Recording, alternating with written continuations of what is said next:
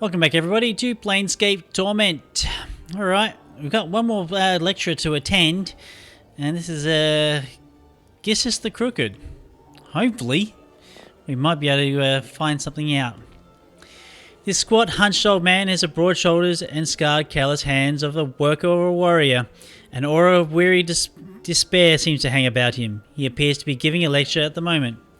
Stay for the lecture. Right, now listen up. This is a seminar on the war. If you're to listen about the blood war, take root. If you're not, you're in the wrong all and best ump your soft, comfort-living Sigillian limb stems out of here. My god, this is going to be an accent worth listening to.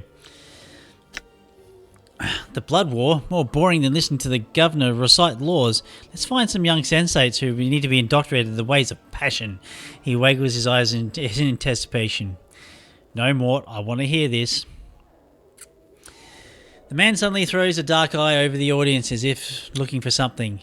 And further, if in your Tenaria Beta Zoo, lump your scaly eyes out the door.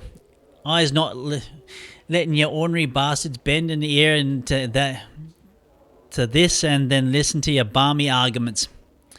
Keep listening. Because this is no discussion of who's right.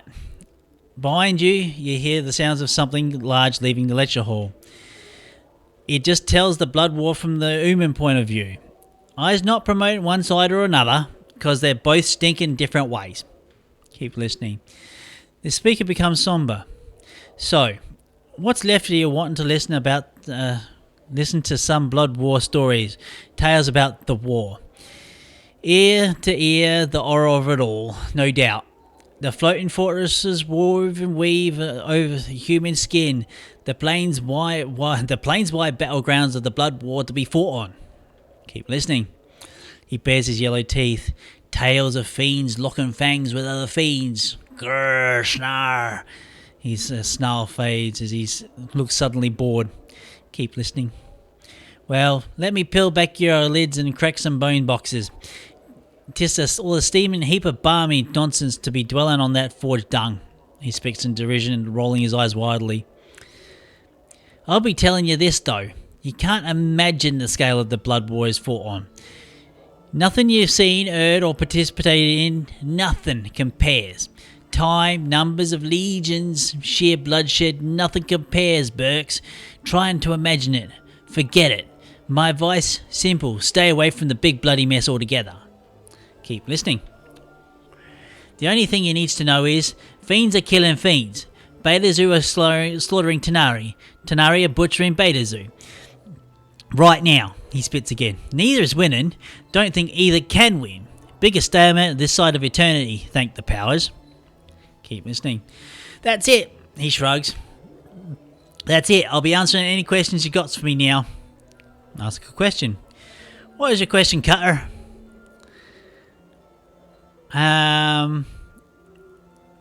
What started the blood war? You've got a right to be curious what started the big old sodden soupy mess in the first place. What set the fiends locking horns in the first place, biting and clawing at each other until the only reason that they were alive. Go on. Simple. They met. He sighs. Tenari and Beta Zoo crossed each other one day like two drunken bigots and they started to fighting. That's simple. He frowns. Well, go on.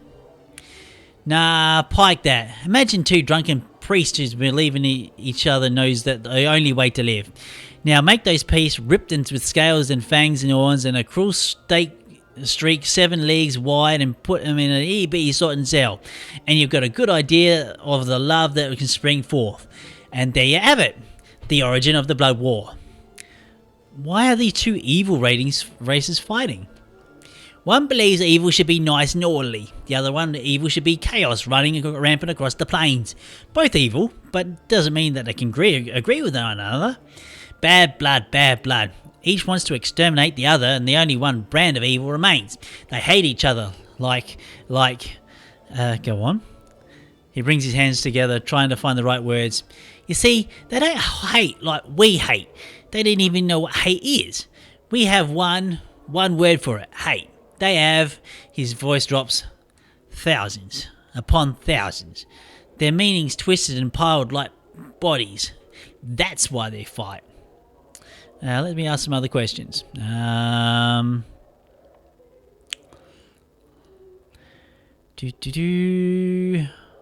How does one survive the Blood War? You want to know how to survive the Blood War? 3 things, Carter. He holds up a maimed hand with only 2 fingers. Go on. First off, you stay the pike out of it. Secondly, keep yourself the piking elves out of it. And lastly, you stay the bloody piking sod pike out of it. Go on. If any part of the war rolls your way, let your imagination give your bum a kick in the run as far as you can. If you can't run, then lies really steal and pray it passes you by. He pauses for a moment. Except there's no place it don't touch, and there's almost nowhere you can run to get away from it. If there's nowhere to run, why aren't there fiends fighting in Sigil? Now cutters, look. They have fought here, a few times. Sometimes we get a little spillover from the Blood War. Our Lady of Pain, bless her steel-ridden heart, puts out the fires. Go on. Some of the time, he sneers. There have been times some horrible drizzle on yourself, you're so sodden scared times. They've been smashed and burnt and clawed their way through the whole sodden city blocks of Sigil before she decides to clean house. He clucks his tongue and winks cynically. So she ain't always on keen of stopping the Blood War, as it might seem. See? So why don't the fiends just take Sigil? He laughs, but it turns to a sputtering cough.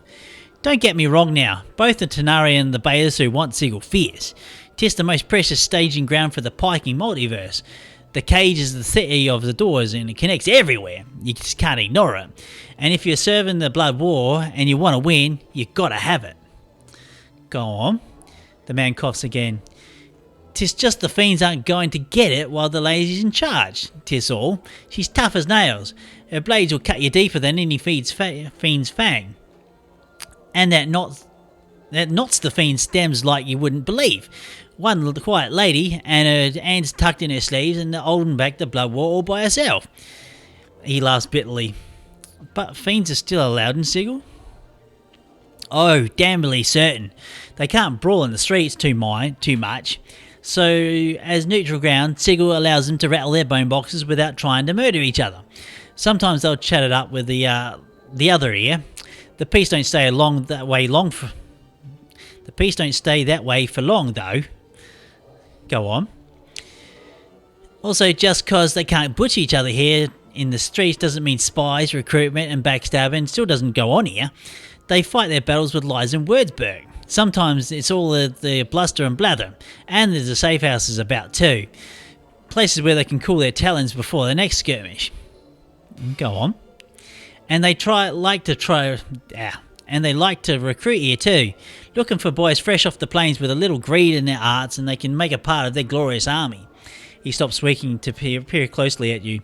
Mayhap that you recruited ye once, it cutter. Looks like you tasted the war.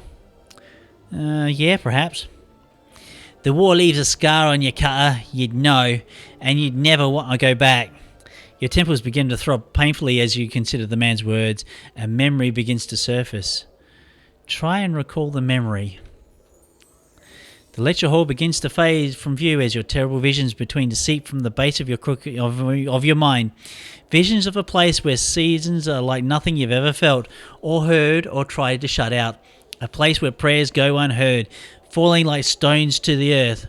Vein-coloured lightning flashes across things that were once sky, but now boil beneath your feet and scream when you brush against them. Continue the memory. You run at the head of the large band of men, passing through canyons where the walls quiver mostly and beat like a heart, wearing only your blood as clothing. At last you stand in a place where ashen grey terrain slithers like a mass of snakes, coiling around your ankles and whispering your evil to the earth. You march endlessly, silently, through this colourless land, where fatigue seems to live and hunt you like a shade over the wastes, whipping you with despair. In time, you and the ragged man who follow you come upon a hag sitting upon the mound of a gigantic writhing larvae, poking at one of the slime-covered things with a broken talon. You indicate for one of the men to run forward to speak to her. The hag's grating voice carries to your ears. "I would speak with him," she said, and then cackled. Her eyes gleam as she points at you out to the man, "The handsome one that leads your ragged golem. I would speak with him." And that is all you can recall. Cutter, you feeling alright there? Yes, I'm fine. So, do the fiends recruit often?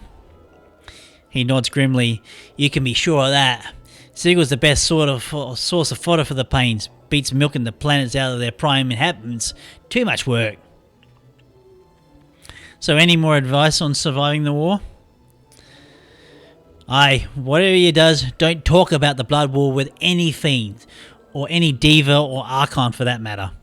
Just don't talk about it, period. Because you never know who the hell's you're really chatting with. And all of them might get touchy if you bring up the war. It's their reason for living. Anything else? He nods. Don't go through any portal unless you're piking sure you know where it goes. Maybe you haven't heard about the tales of the clueless planewalkers stepping through a portal and ending up smack dab in the middle of the blood war skirmish. That's why you haven't heard of them. Because those sods are dead. Anything else? And whatever he does, never sign for a tour of duty, no matter how much jink they flash in your mug. Certain as death, you'll be signing for a tour in the blood war for the same thing, Cutter. Why is that? Chances when you sign up, they pill you so your tour of duty is till time itself grinds to a halt. Even death wouldn't be a release, because you sink into the lower planes and you get dredged back up as soon as something worse than you were before. And then they get the talons into you for all eternity. So how would you get out of a tour contract? Unless they don't want ye, you don't have much choice. I never heard of it being done with mean-spirited recruits or somebody they really wanted to keep their talons on. Outwitting a Tenari is risky, but it can be done. The Beta Zoo are just as much dangerous as their contracts. You sign one of those and you're damned for life. Go on. You might as well try a little garnish. Try and daub them, and they might they might let you make a run for it. But where would you go? There's so many L's. And dying in the blood war would be an especially bad thing. If you're evil, sure. If you're good, you go to another plane to spend your afterlife. But you still be a debtor. Now for me, I still got a lot of evil to wash from my soul. So if I died in the lower planes, they would have me lock, stock and barrel. You would go to another plane when you die? How can you explain that? Go talk to the other dead lecturer if you wanted to dark on that. I can't explain it as well as he, although he's twice the fool that you might scald you with the hot air roaring from his mouth. Ask more questions? No, I'm pretty much done on that. I'm pretty happy with everything else I know. So let's keep going. Right. 1. Let me give me an example of what meat means to them. They'll get some mean-spirited mortal mercenaries together, maybe drop a few million strong on them and let them slaughter each other for no real reason at all. A pointless battle over some power-forsaken piece of land. Guess where all of those souls go? Where? Their souls sink to the planes of evil they fight on, where they can be ripped for the soup of the plane and they set to fight again as lemurs or manes or whatever the piking sod their little fiendish dung heaps become. The more of those sodden petitioners they got, the more troops they have. Ask something else? Actually, no more questions. Right, so this is the last bit then. Some of you are sensates, so I've got one thing to say to you. Don't sign up to what the piking blood war is about. Don't be a balmy idiot. Use a century stone if you guts to know, but stay the L's away from anything that's got to do with the blood war for real. Keep listening. 'Tis not worth it. 'Tis, for a moment, A look of great pain crosses the man's face. It looks as if he is going to weep. Not worth it at all. That's the end of this session, so farewell.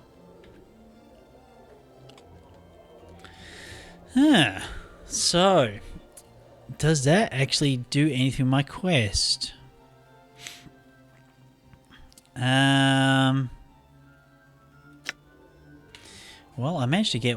I'm gone. One memory. All right. Maybe you have to go back through the other lectures. I got a feeling that's going to have to happen. Because we've got trainers here. Done. Alright, so we're going to try and breeze through some of the things here. Stay for the lecture.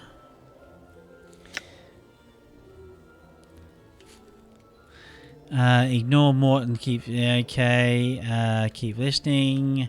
I don't think there's actually anything conversation-wise we got here. I'm gonna try and skip through this as much as we can. No, there's nothing actually there.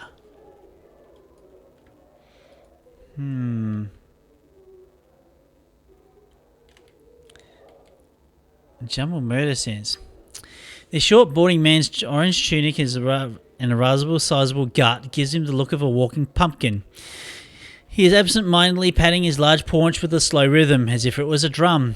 The man's odd, crooked smile and strange gleam in his eyes make him looking a bit mad. Greetings. The man gives an exaggerated flourish bow and presents a small card which reads only Jumble Murder Sense. Zonicist, Sorcerer Extraordinaire. And he snatches the card from your grasp and proceeds to eat it, grinning wildly all the same. Mort whispers, somewhere an asylum is one balmy short. I have some questions, Jumble. Jumble yawns and looks away, drumming his belly with the palms of his hands. Jumble, my questions? Jumble rolls his eyes, turns to you, smirks, and bites his thumb. Are you a mute? Is that why you won't answer me? Jumble cocks his head and gives you a stupid grin. Slowly he shrugs, then shuts his eyes and sticks his tongue at you. I want some artists and I'll beat them out of you if I have to. Jumble raises one eye and takes a step back. He opens his mouth abruptly, and though his lips or throat don't move to shape any word or sound, a torrent of incomprehensible babbling begins to pour forth. Updated my journal.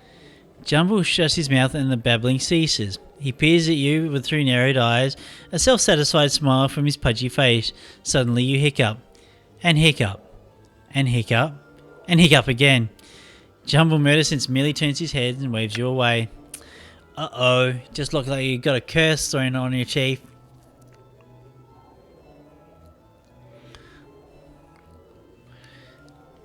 Oh, Jumble, please, undo whatever you've done. Jumble ignores you entirely. I better find someone else to help me lose this curse. Farewell.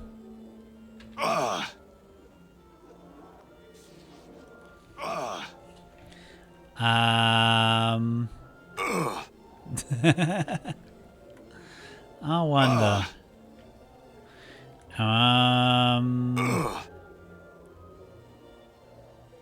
Amazing trainings.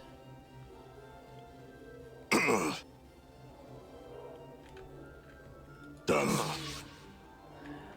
Done. All right. Okay, All right. So this is going to be interesting.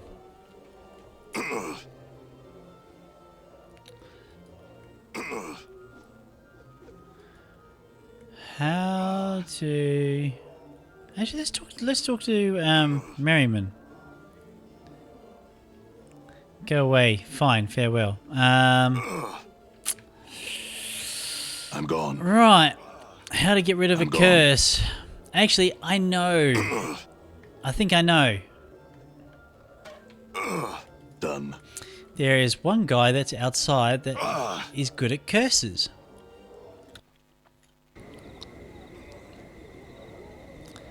Sablish. You see Sablish the Onyx. He makes a brief, graceful half bow. Against you again. You stand before me. Yes, I have some questions. You're a master of curses. Perhaps you could help me. Help you? Chavez sneers, doubtful. But before you can respond, he sighs, shaking his head. Well, perhaps I could. What troubles you then? Jumble murder sense cursed me. Jumble murder sense? Ha! The sputtering mooncalf could never best me. Oh, the battles we used to have, though. Sablish frowns. But I'm past all that now. No longer my sort of thing, you see. I really don't know what I could do for you. After all, it is his curse. Not the sort of you'd find on an item or some such, you know. You could remove with simple magics. He'll have to remove it, and willingly. Well, could you teach me a curse then that I can use on him? I don't normally do that. I keep my curses to myself, you know, and besides, even a single curse would take a long, long while to learn, more time than I'd care to spend on it. Perhaps you're just worried that your curses aren't good enough to best him anymore. You what? Of all the ridiculous. Now look here, you knuckle-dragging sack of scars. Sablish the Onyx is the master of curses. There is no other. While I'll give you a single phrase that would render the nincompoop's curiosity wholly incompetent. Teach it to me then. No. It's not. I've no simple desire to do it. Sablish looks directly into your eyes. Now kindly drop the subject, Sarah, before you begin to annoy me. Well, let's go this again. Purse your lips and look skeptical. That's it. You've made me do it. Sablish utters a short string of impossible syllables. Words of power that you note mentally for later use against Jumble. There, see what that does to him. And tell me that Sablish the Honest isn't the master of curses then. Thanks, Sablish. I'll do that. Farewell. My journal. Let's get rid of these hiccups. And I was just about ready to be attacked.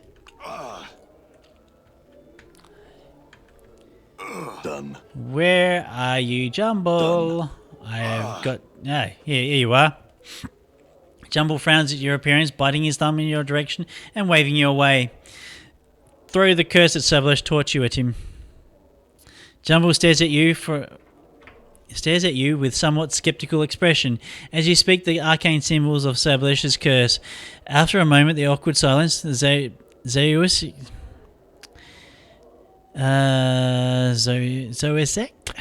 Oh, goodness gracious. Mage notes that he seems to be having... Notes that nothing seems to have happened. Then an evil grin spreads across his face. Continue. He opens his mouth to retaliate in another curse of his own, only to realise he has no voice. Salvash's curse has removed Jumble's ability to speak, therefore destroying the Zoistek ability to curse others. He clutches at his throat, panic welling up in his eyes. Looks like the table has turned, Jumble. What do you think will happen when anyone, hiccup, you've ever cursed finds out you can't speak or curse anymore? Jumble drops to his knees, a pleading expression in his eyes. He looks ready to be burst into tears. Will you, remove the curse you placed on me and swear never to curse another who didn't mean you harm? Experience! Jumble places his hands over his heart and nods vigorously. Very well, I will remove the curse then. Updated my journal.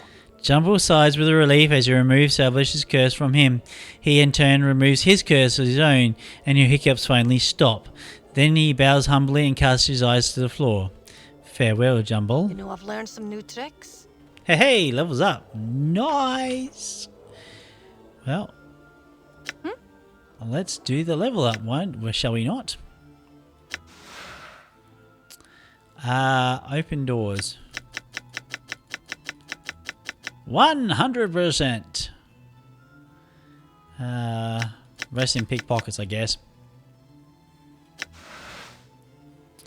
Now, let's just check. Anybody else leveled up? No.